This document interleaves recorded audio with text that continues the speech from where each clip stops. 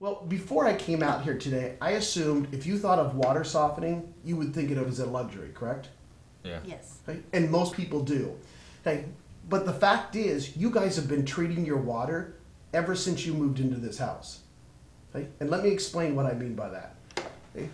If you take a look at your cleaning items, Tide being the most popular of them, your laundry detergent, if you break down the first ingredient, Mary, what does it say?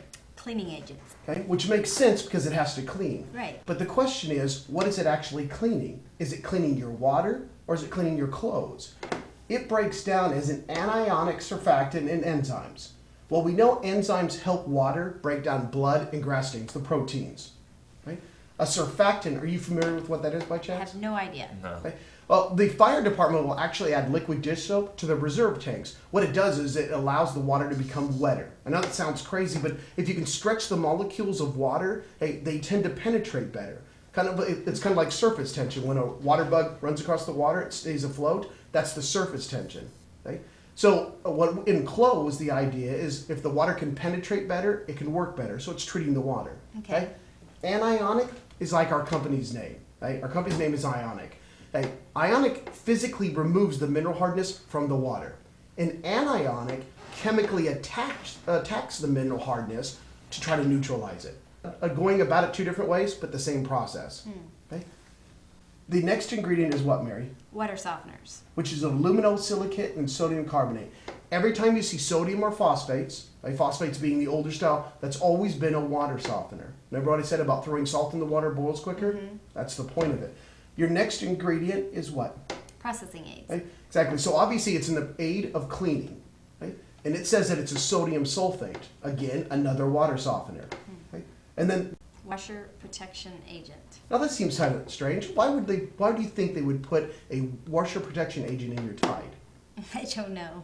Right? Well, actually a couple of things. Remember what we said about mineral hardness destroying your washing machine 50% quicker? Right. So it needs to protect against mineral hardness.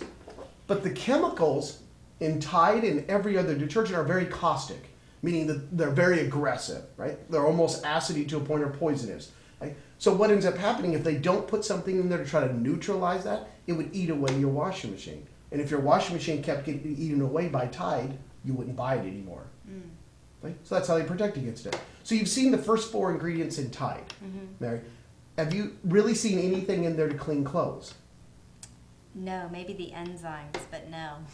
So then if it's listed from most to least, okay, the major point of what Tide is doing is what? Softening the water. It's cleaning the water, exactly. Okay? And John, you'll look at your dishwasher detergents. Okay? If you Cascade always advertises that sheeting action, okay? And it's expensive. And let me explain what the sheeting action is. If you look at the first ingredient in Cascade, it's what, John? Water softeners. Okay? And in Dial, Water softeners. and in Electrosol. Water softeners. So the $68 a month and the $4,000 over 4 years, what is it going towards? Water softeners. See, as much as we may think it's a luxury, you buy it every single day. When it comes to, just so you guys know that it's not me just saying this, we can look at your major appliance manufacturers. You'll see this is a Kenmore laundry guide. Okay? Most people never read their laundry guides, hey, but if you did, this is what you'd find out. Okay? Is detergents or soaps? Now, let me ask you a question. Do you use soap to clean with or detergents? I guess detergents. Right? John? Thought they were the same. Right? And that's how most people look at it. They don't recognize the difference between soap and detergent. And actually, there's a specific difference between them. And this is what the manual is going to help you understand. It says, which one for your laundry? Either may be used in your Kenmore washer. Your choice should be based on the softness of your water. Soap should be used only in soft water 0 to 3 grades. Now, do you guys have soft water? No. No. So, do you use soap? No. No. Okay. Instead, you I use thought a we were.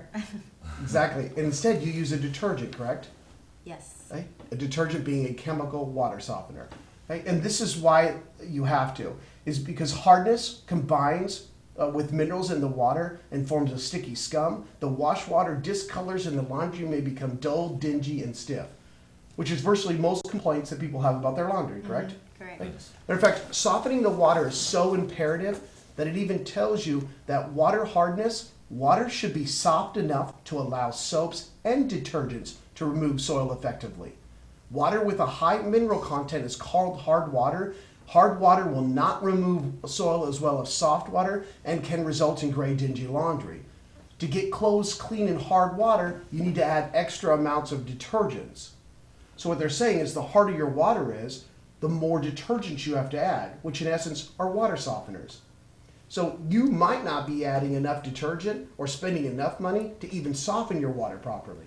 Okay?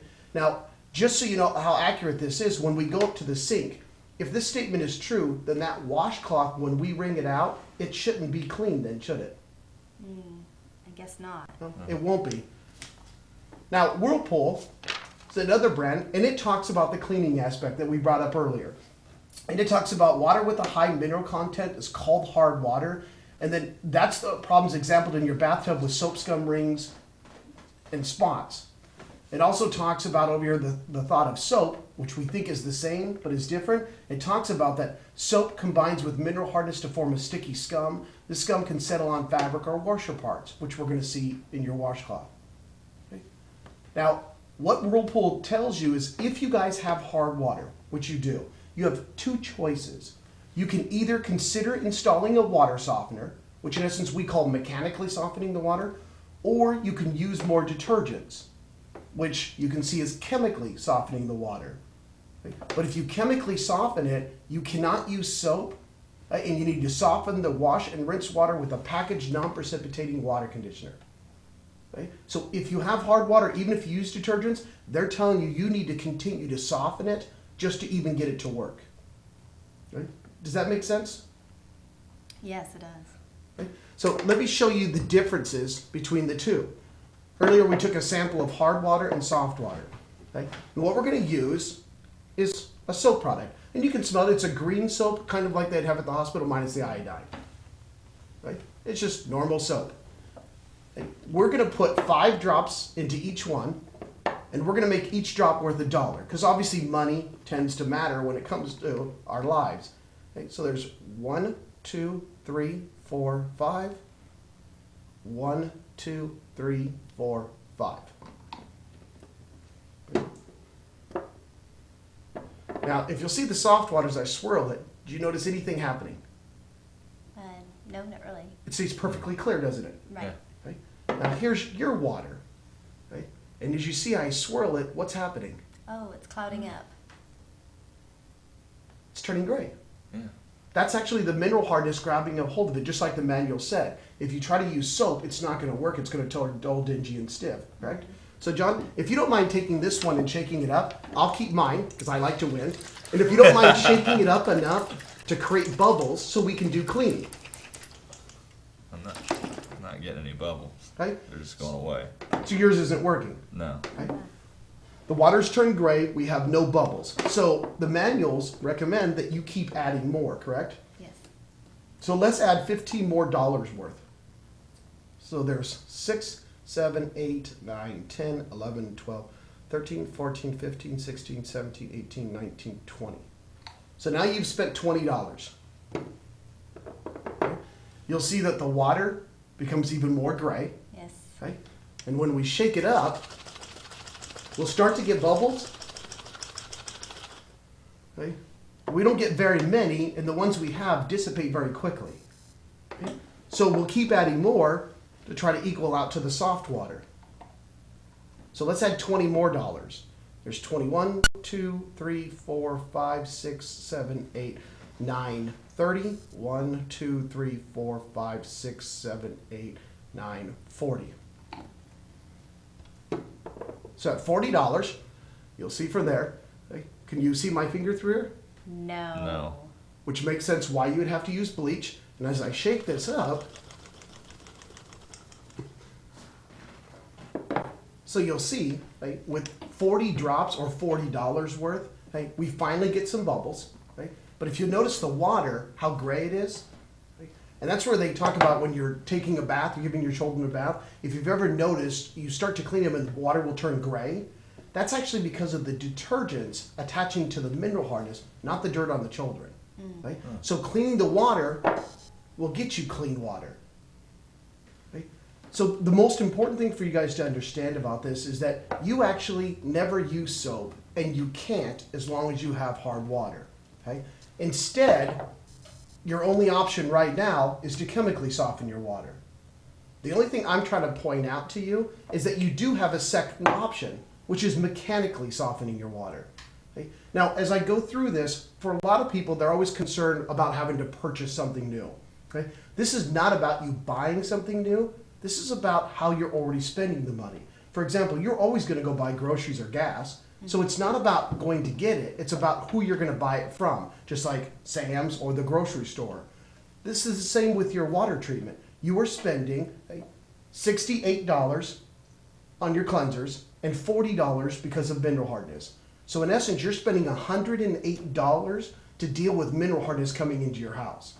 So either you can keep that $108 budgeted on your chemicals and keep using them, or you can take that $108 and you can move it over to a mechanical system. Okay? But soap will never be an option for you guys. Does that make sense? Yes. Okay. So at the end of this, the only thing I'm asking you to do is just choose. Okay? Do you feel it's better for your family to continue spending $108 the way that you are, or do you think it's a better idea to switch it to the mechanical system? So at the end of this, that's the only question that I'm really going to ask you. Okay? How do you want your money spent?